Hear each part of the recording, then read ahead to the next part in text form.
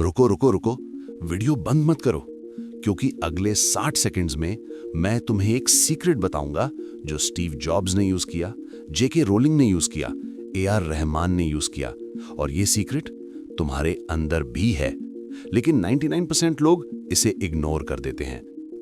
2006 में एक लेडी थी, डिप्रेशन में थी, डिवोर्स हो गया था।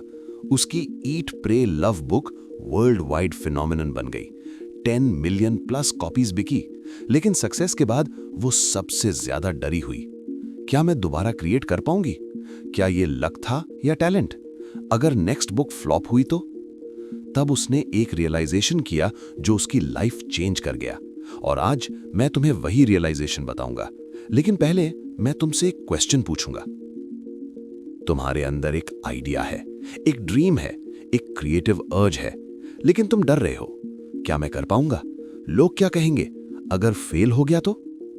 अगर ये तुम्हारी स्टोरी है तो अगली 45 मिनट तुम्हारी लाइफ चेंज हो सकती है, क्योंकि मैं तुम्हें एलिजाबेथ गिलबर्ट की बिग मैजिक के थ्रू बताऊंगा कैसे तुम्हारा क्रिएटिविटी लिटरली मैजिक है, कैसे तुम्हारे आइडियाज लिविंग एंटिटीज हैं, कैसे फियर के साथ क्रिएटिवली जीना सीखते हैं।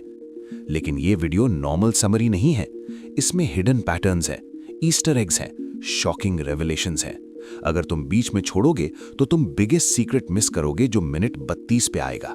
तो प्रॉमिस करो पूरा देखोगे। लाइक कर दो अभी ताकि तुम्हें याद रहे। और चलो शुरू करते हैं। तो एलिजाबेथ गिलबर्ट कौन है? Normal writer? नहीं, वो एक ऐसी औरत है जिसने डिप्रेशन में बाथरूम फ्लोर पे रोते हुए यूनिवर्स से बात की, और यूनिवर्स ने जवाब दिया। लेकिन मैं तुम्हें उसकी पूरी स्टोरी नहीं बताऊंगा। क्यों? क्योंकि उसकी सबसे शॉकिंग लाइफ इवेंट मिनट 18 पे आएगा। अभी सिर्फ इतना जानो, 1991 में वो एक स्ट्रगलिंग राइटर थी। रिजेक्शन लेटर्स आ रही थी, सेल्फ डाउट था, फाइनेंशियल क्राइसिस था, लेकिन उसने एक डिसीजन लिया। मैं क्रिएटिव बनूंगी चाहे कुछ भी हो। और उस डिसीजन में नेक्स्ट 15 इयर्स, 6 अनसक्सेसफुल बुक्स और फाइनली ईट प्रे लव दिया। लेकिन तुम्हें पता है सबसे इंटरेस्टिंग बात? वो कहती है ये मेरी बुक नहीं थी, ये आइडिया मुझे चूज किया था। मतलब आइडियाज लिविंग बीइंग्स हैं, वो तुम्हें ढूंढती हैं, तुम्हें चूज करती हैं, और अगर तुम रेडी नहीं हो तो वो किसी और के पास चली जाती हैं। क्रेजी लगता है? रुको, मिनट 8 तक मैं तुम्हें एक रियल इंसिडेंट बताऊंगा जहां एक आइडिया लिटरली 2 लोगों के बीच ट्रैवल की, और वहां से तुम्हारे दिमाग कंप्लीटली ब्लो हो जाएगा। लेकिन पहले समझते हैं एलिजाबेथ गिलबर्ट ने यह बुक क्यों लिखी और इसका कोर मैसेज क्या है। देखो, ज्यादातर क्रिएटिविटी बुक्स कहती हैं सफर करो आर्ट के लिए, टॉर्चर्ड आर्टिस्ट बनो, पेन से आर्ट क्रिएट होती है। एलिजाबेथ कहती है बकवास। क्रिएटिविटी जॉयफुल होनी चाहिए, प्लेफुल होनी चाहिए, मैजिक होनी चाहिए। और उसके पास प्रूफ है, scientific proof, historical proof, personal proof. तो अगर तुम्हें लगता है कि क्रिएटिव बनने के लिए तुम्हें डिप्रेस्ड रहना पड़ेगा, तुम्हें सफर करना पड़ेगा, तुम्हें टॉर्चर्ड सोल बनना पड़ेगा, तो ये वीडियो तुम्हारे लिए गेम चेंजर है, क्योंकि एलिजाबेथ तुम्हें ऑपोजिट सिखाएंगी। लेकिन पहले बताओ कमेंट्स में तुम्हारे अंदर कौन सा क्रिएटिव आइडिया है जो तुम डेयर नहीं कर पा रहे एग्जीक्यूट करना? Book, song, business, painting, YouTube channel? बताओ, लिख के कमिट करो, क्योंकि वीडियो के एंड तक तुम्हें करेज मिल जाएगा। लेकिन अभी चलो बिग मैजिक के अंदर। तो पहली बिग कॉन्सेप्ट, और ये कॉन्सेप्ट सबसे कंट्रोवर्शियल है।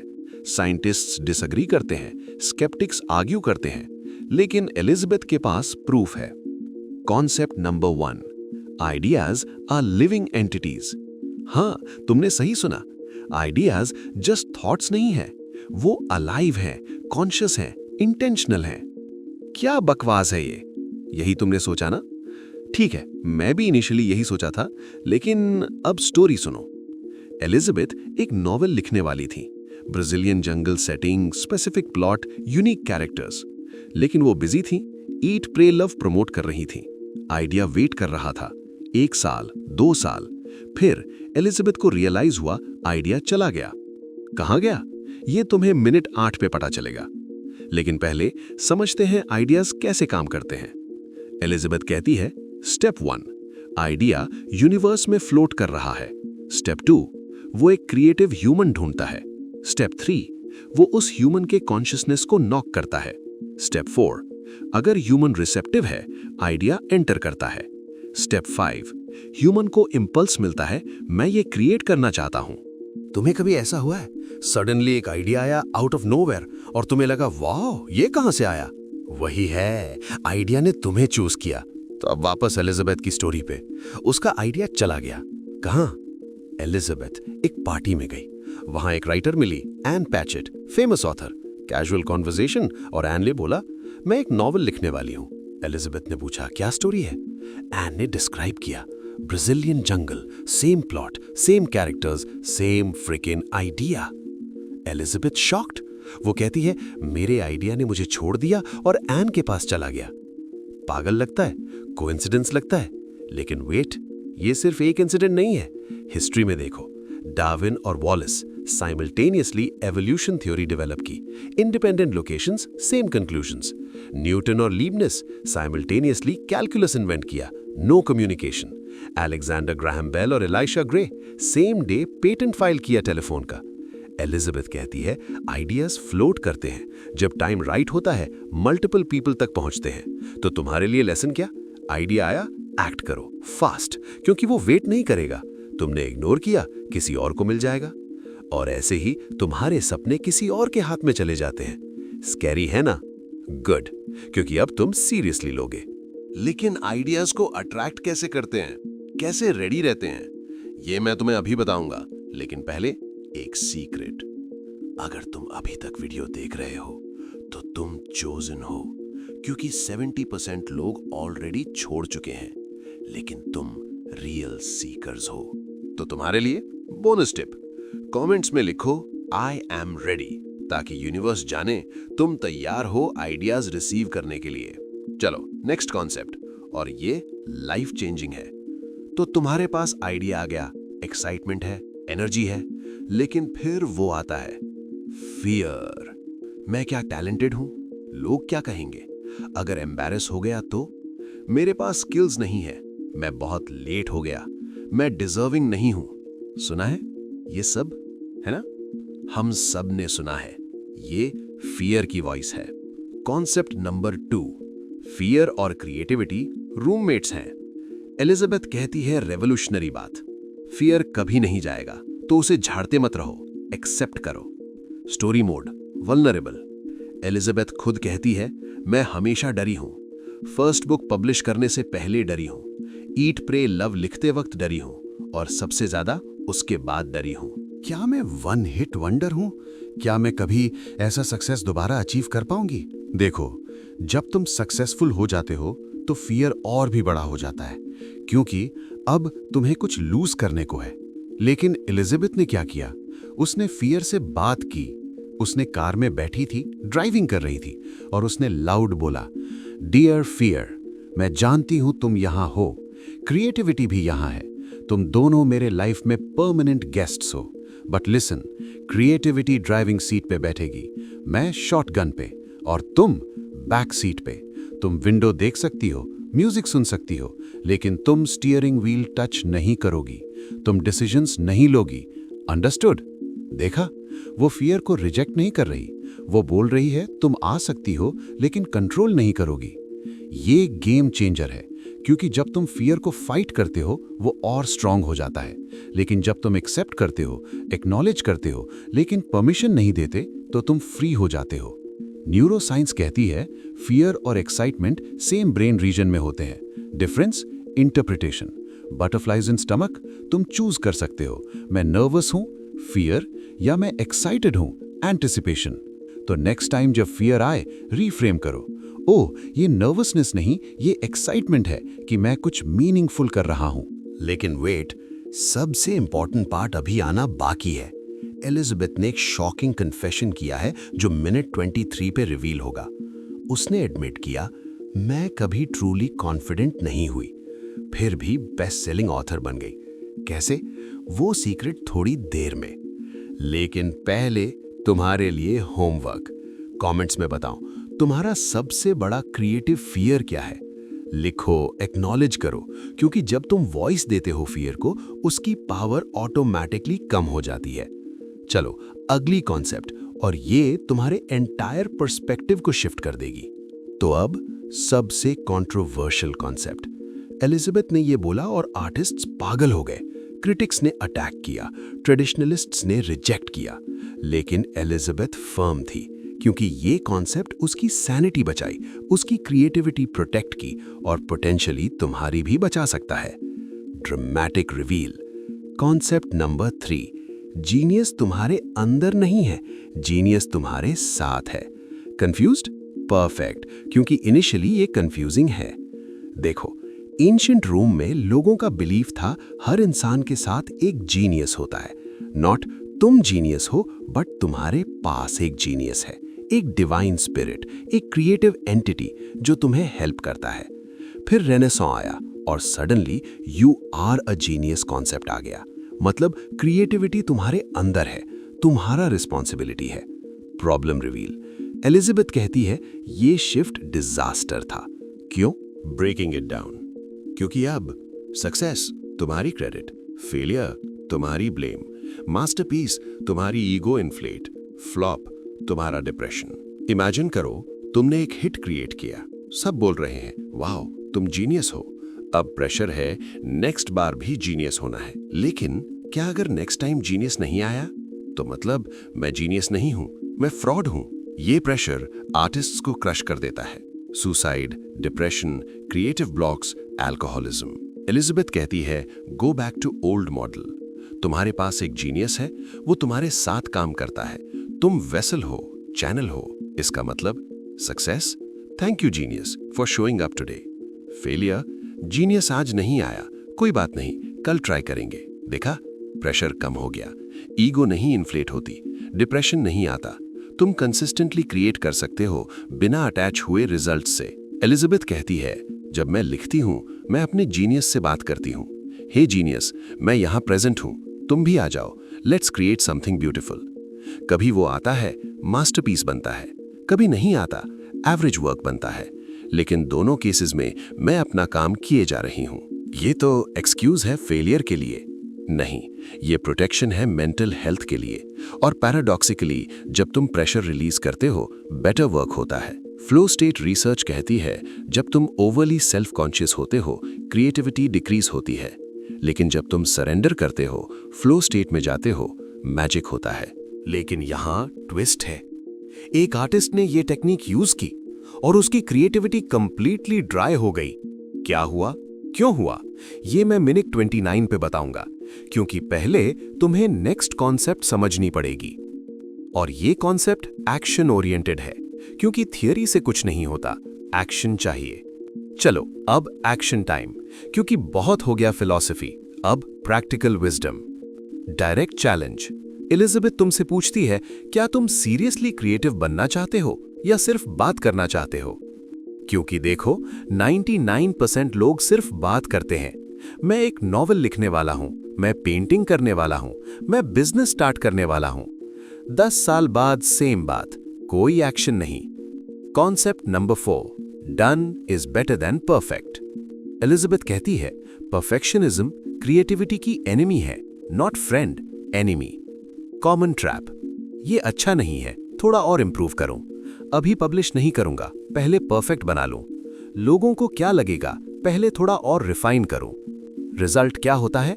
कभी पब्लिश नहीं होता, कभी क्रिएट नहीं होता, आइडिया दिमाग में ही मर जाता है।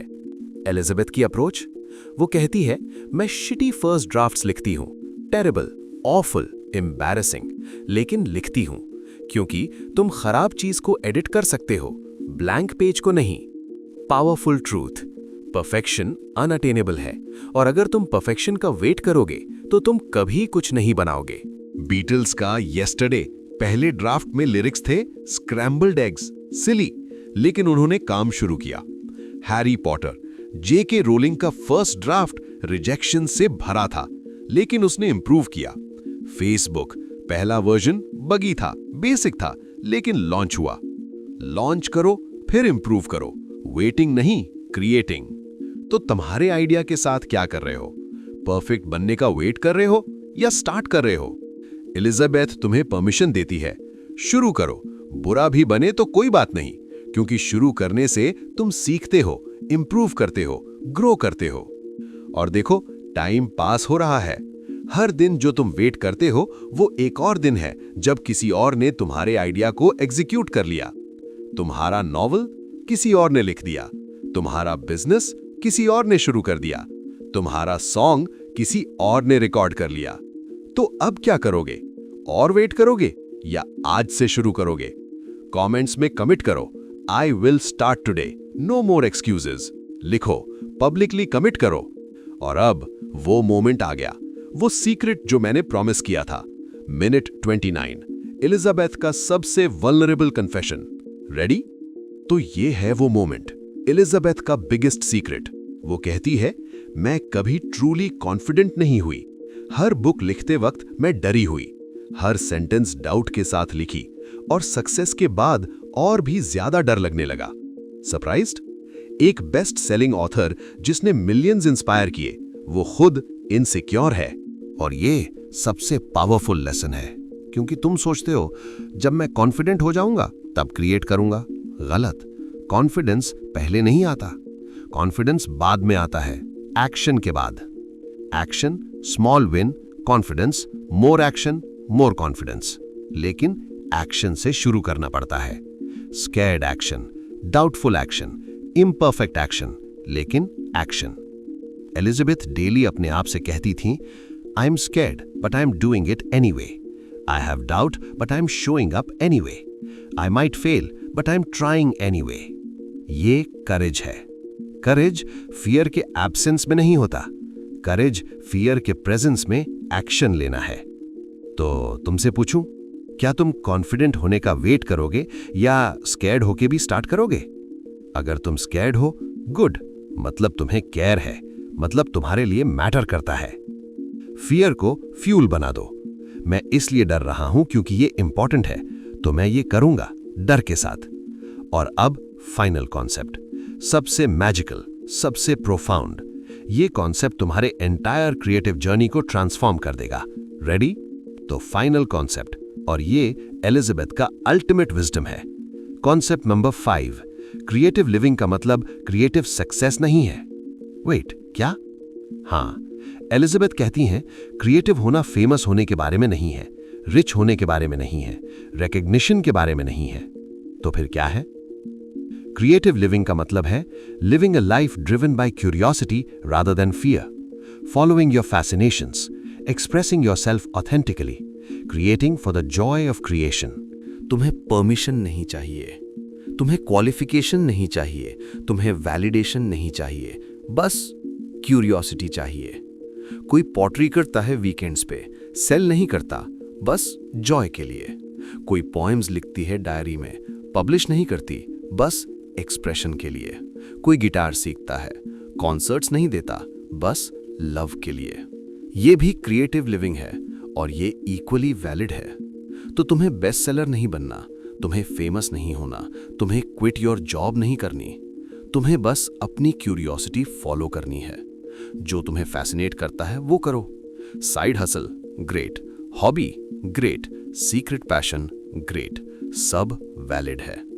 क्योंकि जब तुम ये प्रेशर रिलीज करते हो कि मुझे सक्सेसफुल होना है, तो तुम्हारा एक्चुअल क्रिएटिविटी फ्री हो जाती है।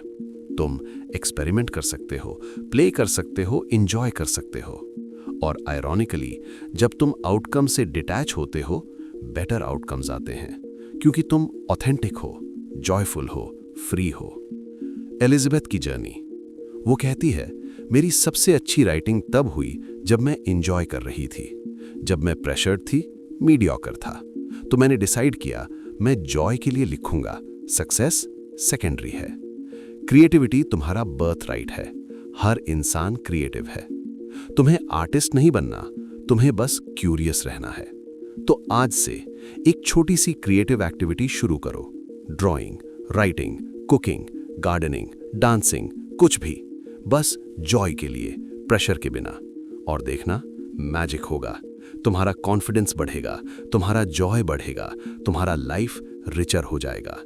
क्योंकि ultimately creative living happy living है। तो ये था बिग मैजिक, एलिजाबेथ गिलबर्ट का गिफ्ट तुम्हारे लिए। Ideas are alive, fear is a passenger, genius is with you, done beats perfect, joy beats success. लेकिन अब तुम्हारी बारी है। मैंने तुम्हें सब कुछ बता दिया, फ्रेमवर्क, स्टोरीज, परमिशन, करेज। अब क्या? कल से सेम लाइफ जियोगे, same excuses, same someday, या आज से चेंज करोगे? अगर सीरियसली चाहते हो तो कमेंट्स में अपना क्रिएटिव कमिटमेंट लिखो। मैं ये करूंगा starting today. Public commitment, accountability. देखो, लाइफ शॉर्ट है और तुम्हारे आइडियाज वेट कर रहे हैं। तुम्हारी क्रिएटिविटी अनयूटिलाइज्ड है। तुम्हारे अंदर मैजिक है, बस अनलीश करना है। एलिजाबेथ तुम्हें लास्ट मैसेज देती है, you do not need anybody's permission to live a creative life. तो परमिशन मत मांगो, बस शुरू कर दो। और थैंक यू पूरा वीडियो देखने के लिए। 70% लोग बीच में छोड़ गए, लेकिन तुम यहां हो, मतलब तुम्हारे अंदर रियल हंगर है। तो तुम्हारे लिए बोनस, डिस्क्रिप्शन में 3 एक्सरसाइजेस हैं एलिजाबेथ की बुक से, प्रैक्टिकल, एक्शनेबल। यूज करो आज से। और अगर वीडियो पसंद आई, लाइक करो, शेयर करो, क्योंकि शायद तुम्हारे किसी फ्रेंड को भी ये जरूरत हो। मैं हूं तुम्हारा नैरेटर, और ये थी एक आवाज। मिलते हैं नेक्स्ट वीडियो में एक और लाइफ चेंजिंग बुक के साथ। तब तक क्रिएट करो, डरो लेकिन क्रिएट करो। फियर को बैक सीट पे बिठाओ, क्रिएटिविटी को ड्राइवर सीट पे, और देखो मैजिक होता है। क्योंकि रिमेंबर, बिग मैजिक तुम्हारे अंदर है, बस अनलॉक करना है। तो आज से क्रिएटिव वॉरियर बनो, फियरफुल लेकिन अनस्टॉपेबल।